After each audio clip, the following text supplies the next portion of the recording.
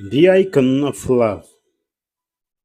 Many names have been given to this icon as Virgin of the Passion, the Golden Madonna, the Mother of the Redemptorist Missionaries, the Mother of the Catholic Homes, and popularly, Mother of Perpetual Hell. It is also the name by which Pope Pius IX requested the Redemptorist missionaries to make her known.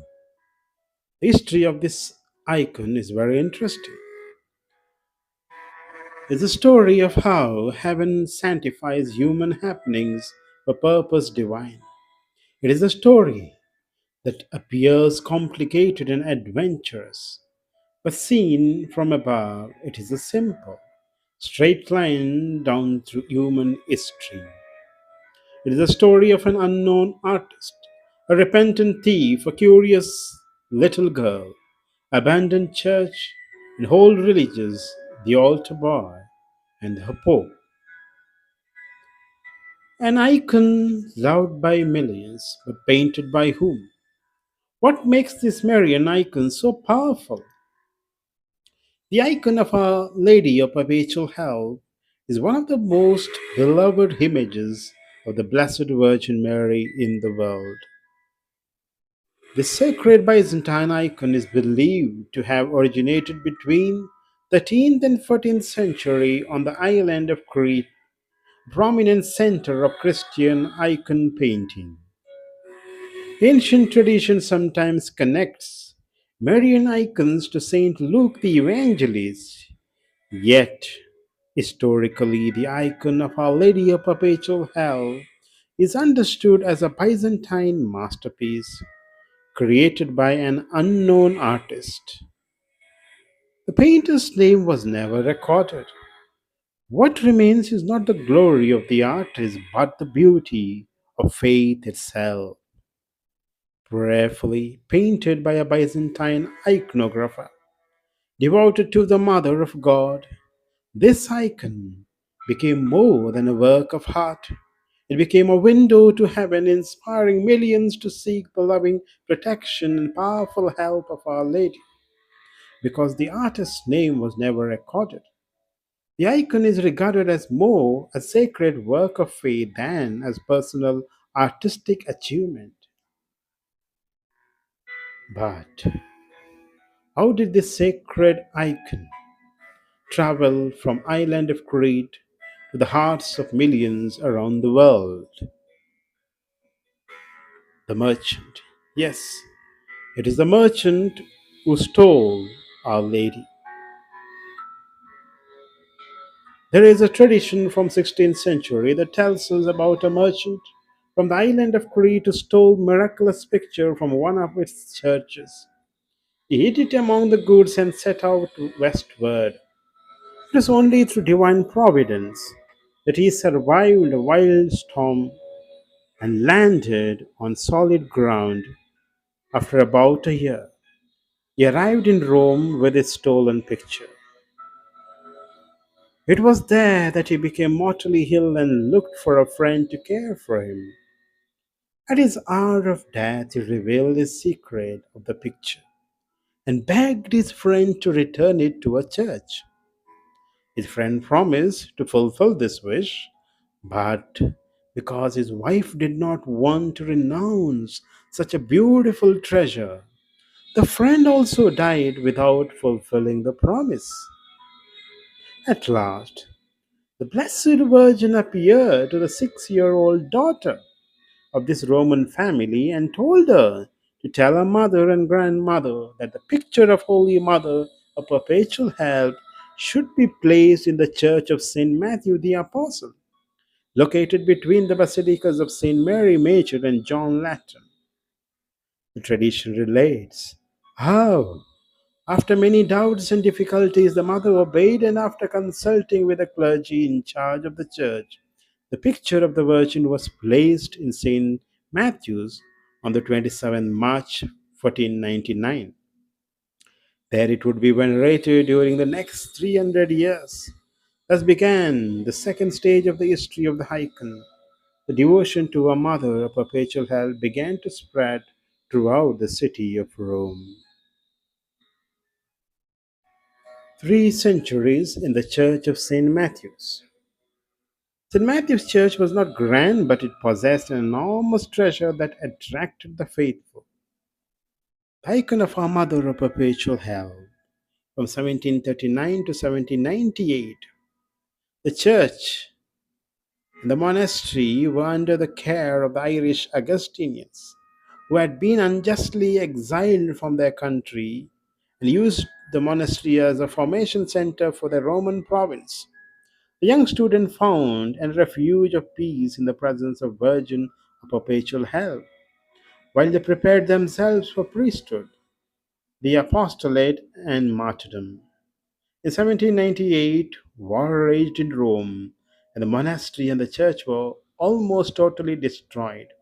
Several Augustinians remained there for many years, but eventually they too had to leave.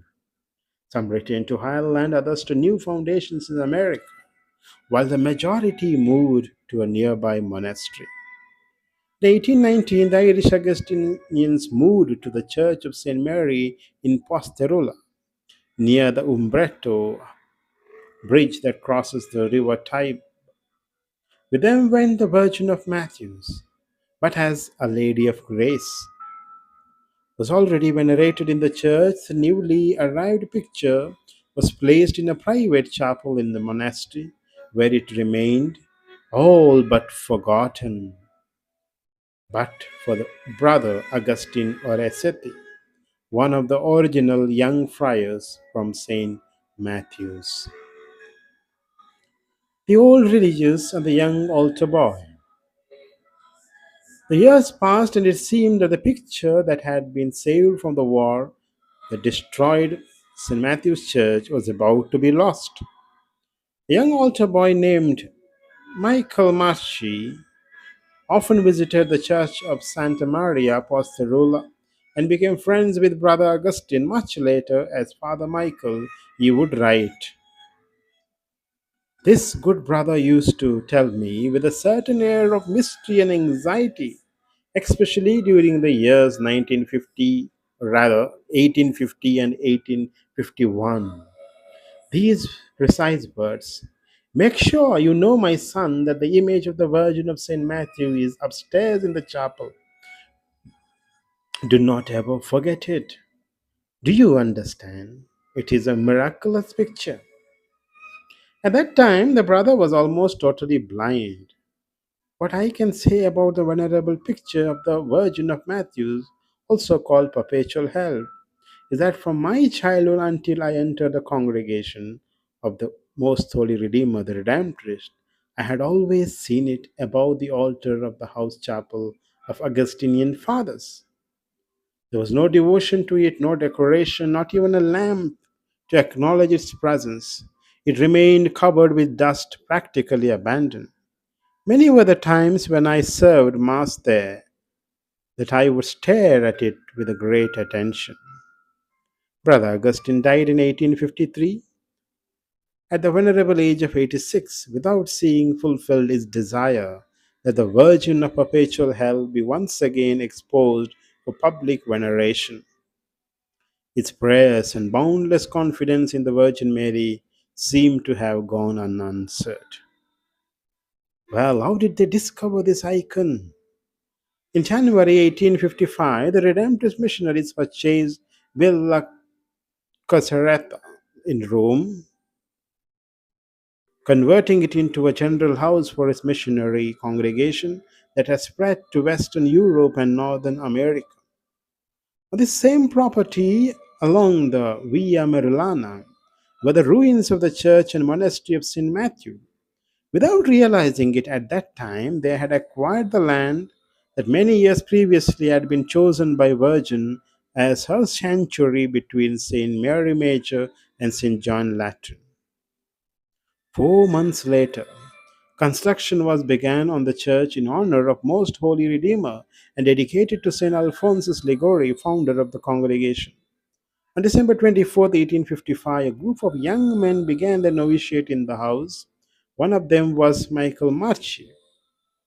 The Redemptorists were extremely interested in this history of new property, but more so when February 7th, 1863, They were puzzled by a questioning from a sermon given by a famous Jesuit preacher, Father Francisco Bolschi, about an icon of a Mary that had been in the Church of St. Matthew's Via Merolana. It was known as the Virgin of St. Matthew's, or more correctly, as the Virgin of Perpetual Help. On another occasion, the chronister of the Redemptorist community, examining some authors who had written about Roman antiquities, found a reference made to the Church of St. Matthew's. Among them, there was a particular citation mentioning that in the church, which had been situated within the garden area of the community, there had been an ancient icon of a Mother of God that enjoyed great veneration and fame for its miracles. Then, having told all this to the community, a dialogue began as to where they could locate the picture. Father Marchi remembered all that he had heard from old brother Augustine Oresetti, and told his conquerors that he had often seen the icon and knew very well where it would be found.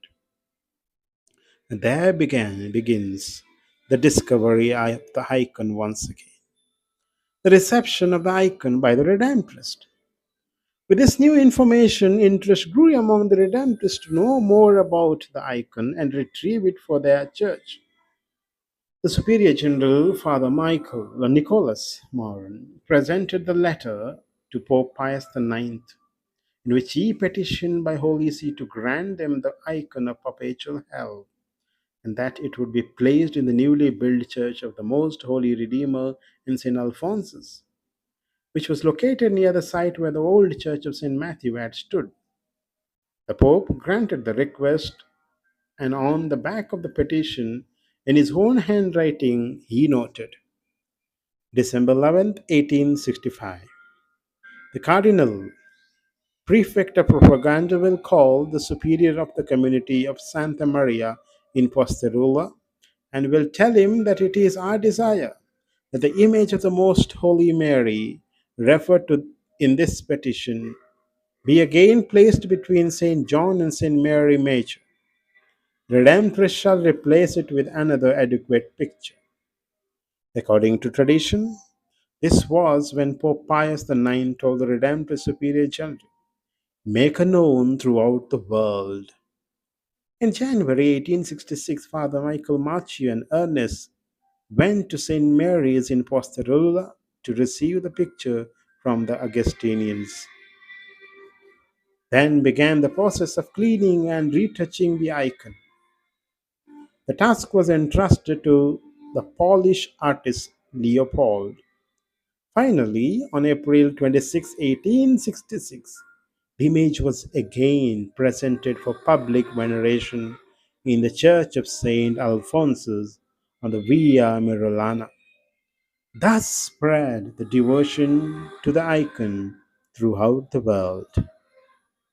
This may a Mother of Perpetual Help continue to make her Son known to the world, keep us always under a mantle of love and protection. Amen.